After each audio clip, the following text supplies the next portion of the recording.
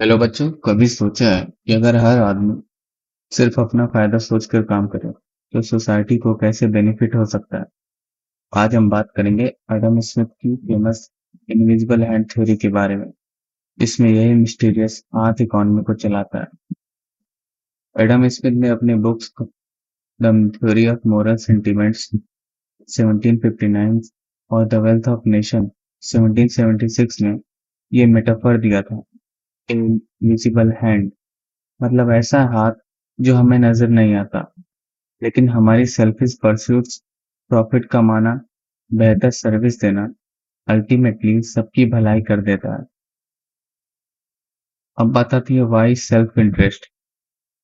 हर व्यक्ति चाहे बुचर हो या बेकर अपनी अर्निंग को ही मोटिव मानता है, लेकिन उनका ये सेल्फिश बिहेवियर सोसाइटी में रिसोर्सेज को एलोकेट कर देता है। ठीक है, अब देखते हैं चार मेजर पॉइंट्स। पहले क्या, self interest drives economic activity. सोचो एक बेकर है, वो तुम्हारे लिए रोटी बनाना इसलिए नहीं किया कि तुम खुश रहो, बाकी बल्कि इसलिए करता है ताकि उसको प्रॉफिट मिले। और तुम्हें उस रोटी की जरूरत थी, ठीक है ना? तो तुम्हें जरूरत थी, उसने इसलिए तो नहीं किया। उसे उस चीज के पैसे मिलते हैं इसलिए उसने किया ताकि उसको प्रॉफिट मिले।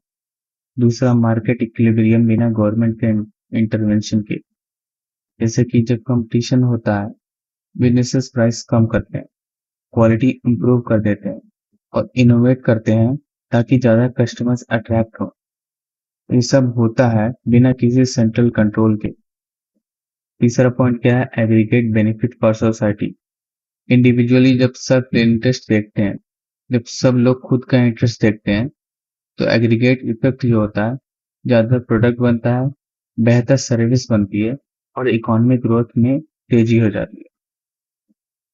चौथा पॉइंट हमारा यह है, इसका लिमिट्स और कॉन्टेक्स्ट क्या है। स्मिथ ने कभी नहीं बोला कोई रेगुलेशन नहीं होनी चाहिए, ठीक है। और दूसरा क्या है, मोनोपोलीज या एक्सटर्नैलिटीज जैसे मार्केट फेलियर्स के लिए चेक जरूरी होती। रियल लाइफ एग्जांपल देखें तो मान लो तुम्हारे एरिया में दो बेकरी की शॉप, पहला बेकरी वन और बेकरी टू। दोनों चाहते हैं तुम्हारे पैसे पहले उन्हीं को दो।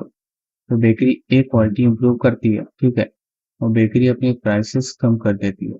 ठीक, रिजल्ट क्या होगा, तुम्हें बेस्ट रोटी मिलती है लोवेस्ट प्राइस में, इवन दो दोनों बेकरीज बस अपने प्रॉफिट के पीछे ही पड़े हुए हैं। यही यही है इनविजिबल हैंड का मैजिक। जैसे जियो ने किया था, अपनी जो सर्विसेज हैं, रिचार्ज इसको काफी कम कर दिया था। और ये आज की रिलेवेंसी क्या है इस थ्योरी की, वाई ये थ्योरी आज भी रिलेवेंट है, क्योंकि प्री मार्केट्स आज भी ग्लोबल इकोनॉमी को ड्राइव कर रहे हैं।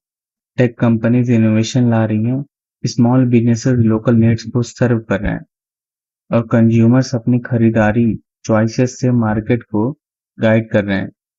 सेल्फ इंटरेस्ट से ही नई इन्वेंशंस, जॉब और वेल्थ क्रिएशन होता है, जो अल्टीमेटली सोसाइटी को अपलिफ्ट करती है।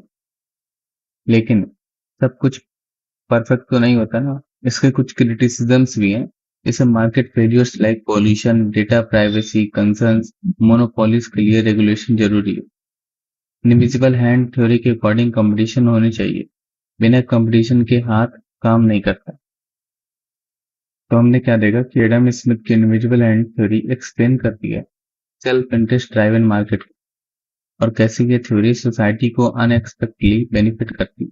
ठीक है, यहाँ पे हमारा टॉपिक खत्म होता है। If you want this video helpful, then like or share it.